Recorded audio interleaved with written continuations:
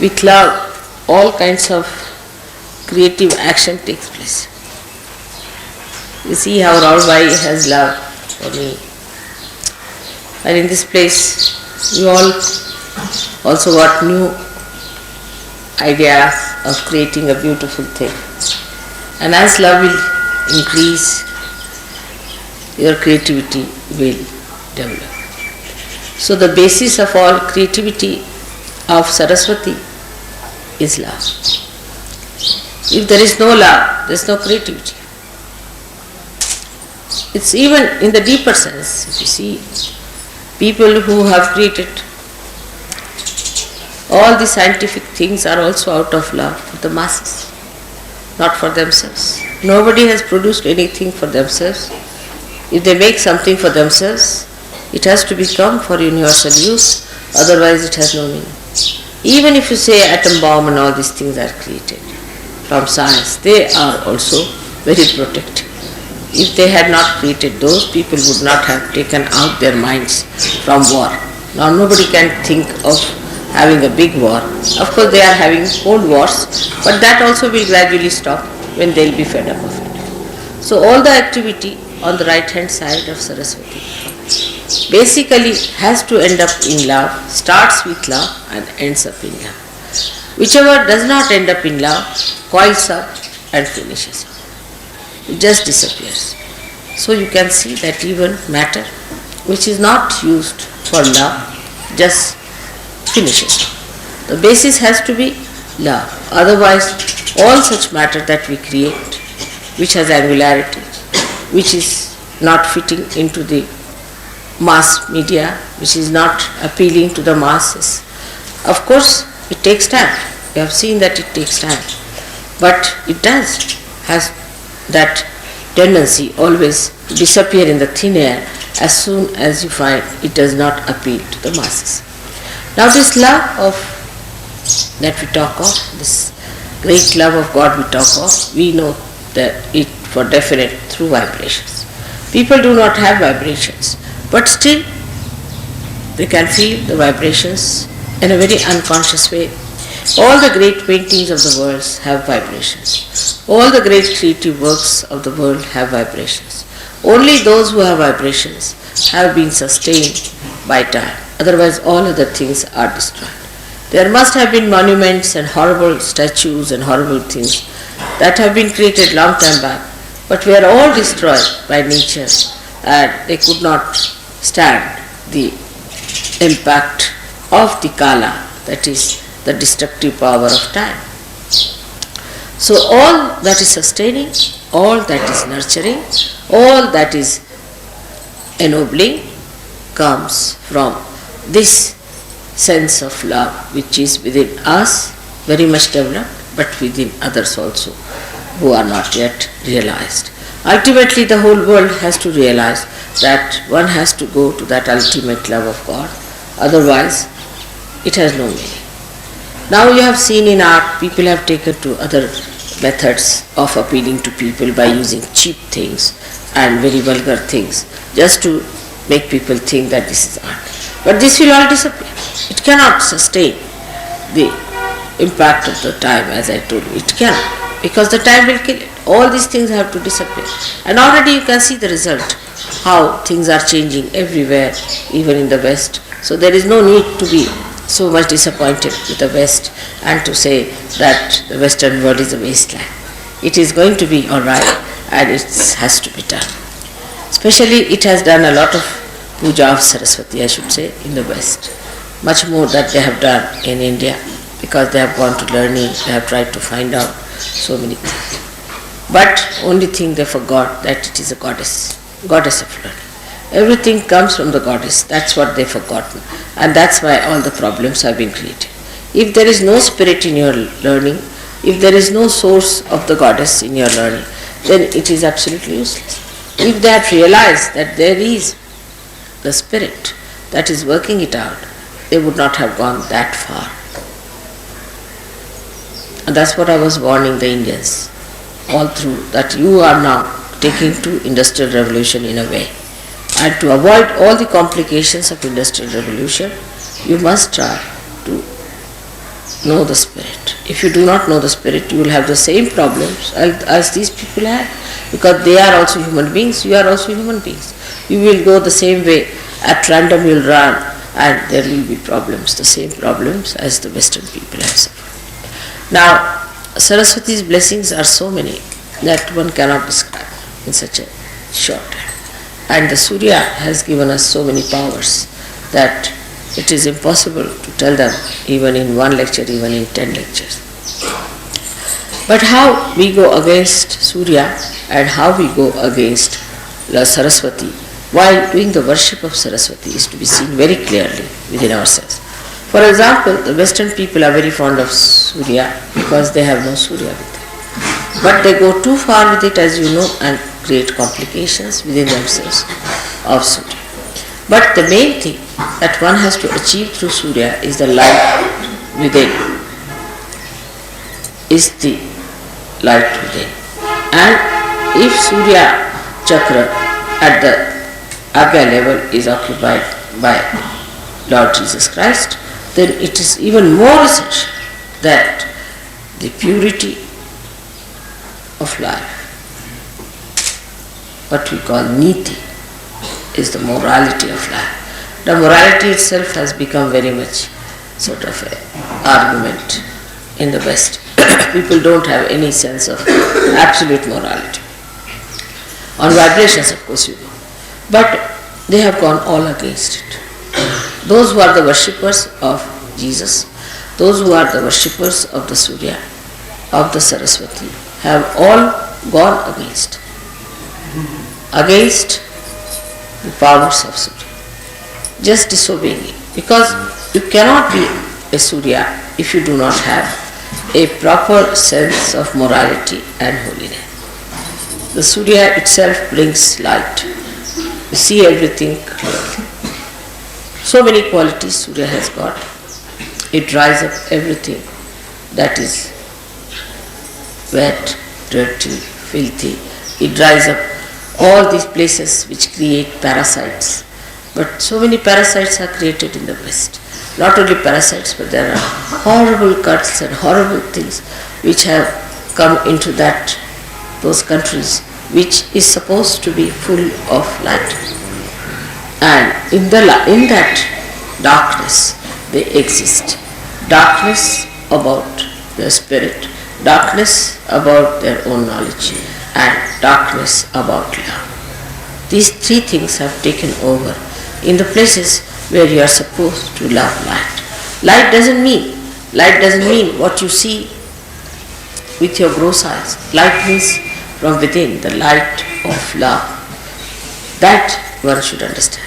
Light of love. And it's so soothing, it's so sweet, it's so beautiful, it's so enamoring, it's so abounding that unless and until you can feel that light within you, that light which is of pure love, of purity, pure relationships, pure understanding, if you can develop that kind of a light within yourself, then whole thing will be cleansed. Wash me and I shall be whiter than snow. This is what happens to you when you are completely cleansed. The purest form of nature is within us. The purest form of nature is within us. Our chakras are made out of that purest form of nature. We are the only people who are spoiling it by our mental thinking. Again the same Saraswati's work. We are going against Saraswati itself. Saraswati cleanses all that is impure in nature, while with our brain activity we are spoiling all that. All our brain activity goes against pure intelligence. And that's what one has to understand, that this pure intelligence is not to be soiled by our thinking. Our thinking can make us so bumptious, so ego-oriented, so impure, that we can really eat the poison and say, what's wrong? Just the opposite of Saraswati. If Saraswati is within us, she gives us subuddhi, wisdom. And that's why to worship Saraswati, to worship Surya, we must have that clear vision as to what we have to be, what we are doing, what filth we are living in, what our mind is getting into. After all, we are here for emancipation and not for just pampering our ego and living with our filth that is with us. So this light should come within us and we should try to rise above our own mental filth which is being created around us. Apart from that, you have to go higher and understand that there is within us a thing called ego. And this ego is false, absolute false. You do not do anything. Actually, when you turn your eyes here and there, when your attention is here and there, it's nothing but your ego is trying to overpower everything.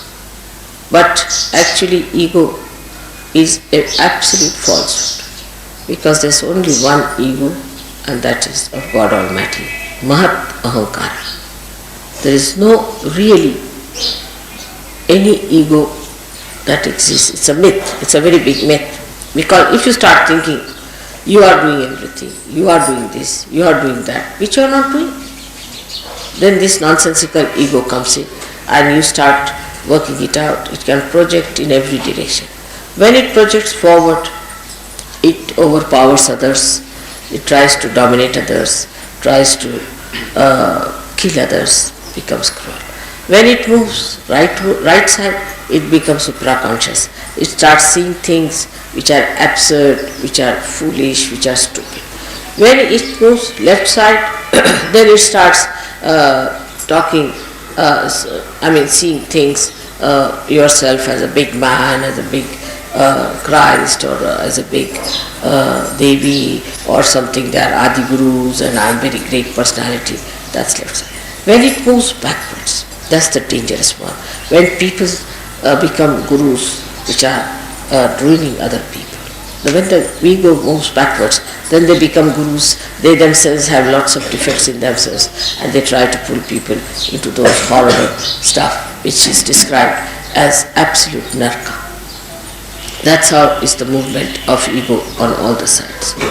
Now, when people try to use their right vishuddhi, that is to talk about themselves, is the worst of all. Whatever type of ego you may have, if you start boasting about it and talking about it, that it encircles, thickens the walls of ego so much that it is impossible to penetrate into that, because that such a person is completely satisfied with himself and he believes that he is true. And once he starts believing into a nonsense like that, is an impossibility. It's an impossibility to penetrate. So when you boast about these things or you talk big, be careful. You see, you know what I am, but how many times do I say I am that? Even if I say once, it makes tremendous vibrations for you. But how many times do I say so? At the most, if you say something, I say, yes, but I don't say that. If I say it loudly, I don't know what may happen. The whole thing might be blasted with it. So one has to understand that Mahat Ahankara is the one that acts, that works, that really. Sometimes I shout at you, immediately all the bhoots run away. Just once I shout. Yesterday you saw all the bhoots that were coughing, they all ran. Yesterday just I stopped. So you should understand that now as you are realized souls, you can also do the soul.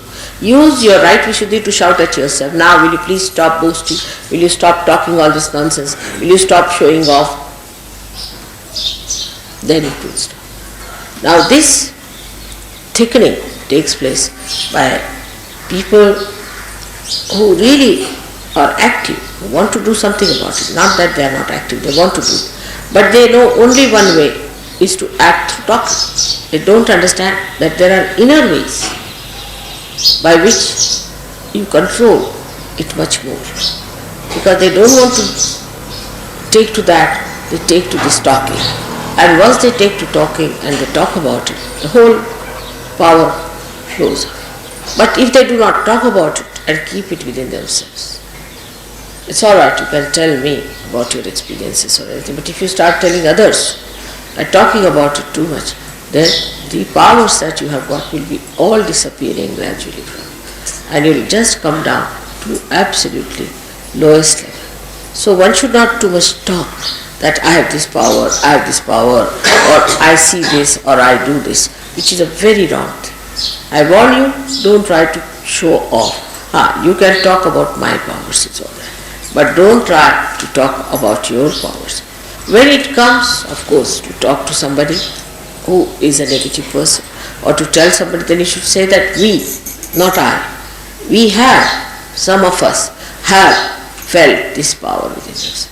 We have seen people. It may be you only, but you need not say I have. What you have to say, we. Then you become the Mahatahankar. When you say we, yes, some of us, we, me. Like in Gregor's book also, I saw to it that he should not have many I's, but he should have we. We think, we do, we. Means the whole collective being, the whole collective organism, living organism of Sahaja Yogis. So you should say, yes, some of us have got. That means you put yourself down, but put all others above you. Say, yes, some of us have, I know some people have this. That's the way one should do it. Because if you have to overpower your ego, you must allow it to spread into everybody else. That's how you will make it perfectly alright. Make it spread. We all Sahaja Yogis. We all. But that pride is not there. I've seen that pride is not there. Still it is very individualistic.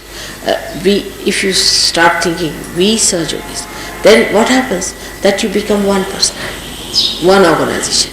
But the person will look down upon other people.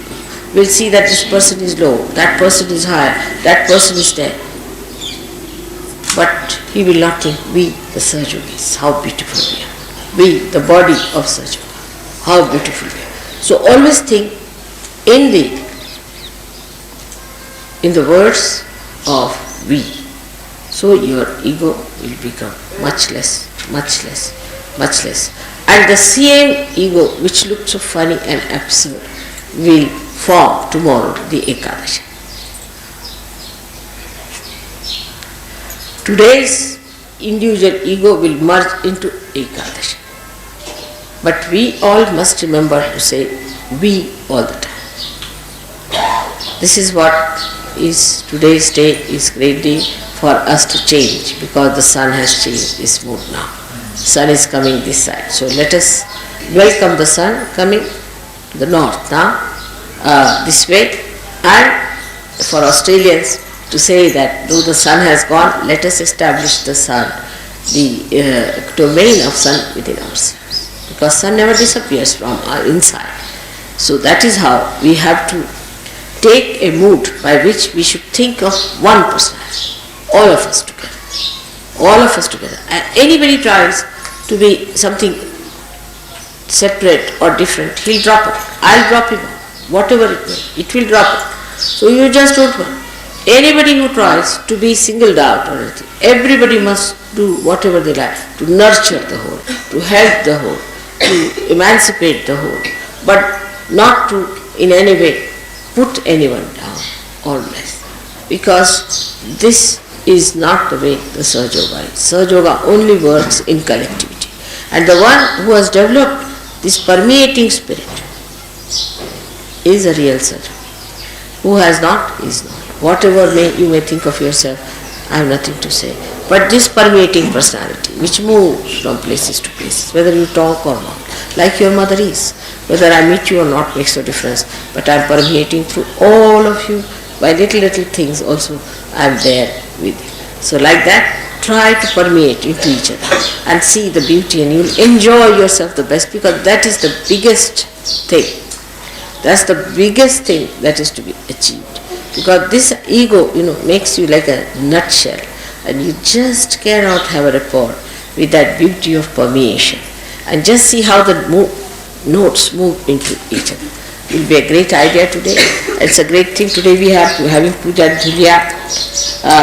Like the dhulya means the dust. And one day I had written in childhood a poem, I remember. A very interesting poem it was. I don't know where it's lost, but we said that I want to be like a dust particle which moves with the wind. It goes everywhere. Can go sit on the head of a king, or can go and fall at the feet of someone. It can go and sit on a little flower, and it can go and sit everywhere. But I want to be a particle of dust that is fragrant, that is nourishing, that is enlightening. Like that. I had written a very beautiful poem when I must have been about 7 years of age, I remember, to be a dust particle. I remember that very clearly, long time back, that I should be a dust particle so that I will permeate into people, which is a very big thing to become a dust particle of that kind. To that whatever you touch, you see, that becomes enlivened. Whatever you just feel, that has fragrance. It's such a great thing to be like that. And that was my desire, and it has been achieved. At that young age, I had this idea of becoming a dust particle, and today just while talking to you, I remembered that I wanted to be that, and that is what this place is. And Raulbe is like that. She's a very simple woman, and she lives like a very simple person, but she has a sense of permeation. And now there are so many Sahajogis yesterday who came. I'm sure they'll take it up, Sahajoga, very well. There are lots of Sahajogis from Dhulia now, and I'm sure there are going to be more people. I hope you have met all of them. Make friends with all of them. Try to know them, who they are. They may not know English, so get somebody to translate. Talk to them and be nice to them. Be friendly with them. I want you to meet them for permeation. You should know who are the people here, who are in Nasik, because somehow we never meet the Sahajogis, you see, who are in that particular place. And when we go back, we have only 1 or 2 addresses. It's not a good idea. Try to see how many people there are. Ask about their questions about them and all that. This permeation is only possible when your ego starts permeating all around. This is the way to overcome the problems of the right side, and that is how to worship Saraswati. Because Saraswati has a veena in her hand, and that veena is the primordial instrument which she plays, like music. And the music penetrates into the heart. You don't know how it goes into you and how it works out. And that's how a person who is a Sahajogi should permeate like music into everything. She has so many qualities, as I told you, it cannot be described in one lecture. But one of the greatest qualities of hers is that she ends up into subtler things. Like the Mother Earth will end up into fragrance. Music will enter into melodies. Like that, whatever she creates ends up into something later. Matter, whatever she produces, ends up into aesthetics. If matter does not have aesthetics, then it is gross. Like that, everything. Now, you will say, what is water? Water becomes the river Ganges. These are the subtler. So, the matter gets into subtler things because it has to permeate. It has to permeate. So, everything, whatever it is, and the best of all is the air. That air becomes the vibrations. So you can see how whatever has come out from this matter, from these 5 elements, becomes that subtle thing. Of course, the left side and right side both work it out, because the love has to work on this, and when love acts on matter, it becomes. And that is how one has to look at your own lives, to make it a beautiful combination of love and matter. May God bless you. आता धुळ्याच्या सहयोगांसाठी असं सांगायचं आहे की आता बरेच लोक काल पार झालेले दिसले, आणखी थोडं सिरियसली पण सहयोगात येत आहेत असं वाटलं. तेव्हा धुळ्याच्या लोकांनी मात्र काळजी घ्यायला पाहिजे. राहुलबाईंनी पुष्कळ मेहनत केलेली आहे. त्यांचं घर इथे आहे, तुम्हाला माहिती आहे. तिथे सगळ्यांनी रविवारी सकाळी अगदी व्यवस्थितपणे ध्यान हे केलं पाहिजे. तसंच घरी रोज बैठक पाहिजे. बैठक जर तुम्ही केली नाही तर सहयोगी जमणार. तुमच्यावर अवलंबून आहे. जितकी तुम्ही बैठक कराल, जितकी तुमच्यामध्ये गहनता येईल, तितका सहयोग वाढणार. जर तुम्ही स्वतः मेहनत नाही केली तर सहयोग वाढणार नाही आणि तुम्हाला सहयोगाचा काही लाभ होणार. म्हणून रोज अगदी न चुकता सकाळ संध्याकाळ बैठक ही पाहिजे. सकाळी जरी थोडा वेळ असला तरी संध्याकाळी व्यवस्थित आरामात बैठक पाहिजे. हळूहळू तुम्हाला आश्चर्य वाटेल, तुमच्याजवळ पुष्कळ टाईम वाचू लागेल. कारण बाकीचं तुम्हाला काही आवडणारच नाही. इकडे जायचं तिकडे जायचं, गप्पा मारायच्या, फालतूच्या गोष्टी तुम्हाला काही आवडणार नाही. नको रे ते असं उगीच्या गोष्टी करत आता उगत तुम्हाला वाटते काय बघून राहिलेत सगळे बेकारचे लोक, यांना काही समजत नाही, उगीच आपला कशाला इथे वेळ घालवायचा. तेव्हा तेही सुटू. आणि त्याच्यानंतर मग तुम्हाला आश्चर्य की जसे तुम्ही जमू लागला, जसे तुम्ही मुळात जाल. मुळं 2-4च असतात, पण ती जेव्हा खोल जायला लागतात झाड वाढू लागतं. असा सहयोग वाढताना तुम्हाला दिसेल. म्हणून माझा तुमच्यावर अनंत आशीर्वाद आहे. काल मी धुळ्याच्या लोकांना खूप समजावून सांगितलं आहे, पण तुम्ही सगळ्यांनी खूप मेहनत केली पाहिजे, खूप पॉझिटिव्हली राहिलं पाहिजे, म्हणजे कार्य होणार. बरं झालं.